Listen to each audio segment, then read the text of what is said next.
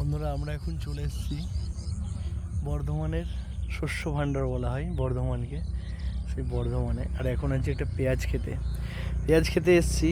পেঁয়াজের কলি আছে নাকি সেটা দেখবার জন্য। তো দেখছি পেঁয়াজের কলি একটাও হয়নি। এই যে পেঁয়াজ গাছ, আপনারা দেখুন গাছ থেকে পেঁয়াজ গাছগুলো লাগানো আছে, পেঁয়াজ ধরেছে কিছুটা করে।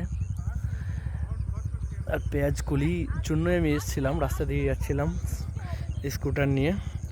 তো যেতে যেতে ভাবলাম যদি দু একটা টাটকা পেঁয়াজ কলি পাওয়া যায় তাহলে গাছ থেকে তুলবো। এখানকার চাষিরা ভালো, তাদের সাথে কথা বলে নিয়েছি, তারা বললো যদি পাও তাহলে নিয়ে যাও।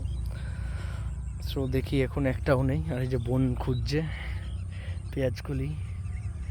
টাকা পেঁয়াজ কলি পেয়েছিস? ও বেতের শাক খুঁজছে পেঁয়াজের জমিতে। আর এই হচ্ছে সবুজ।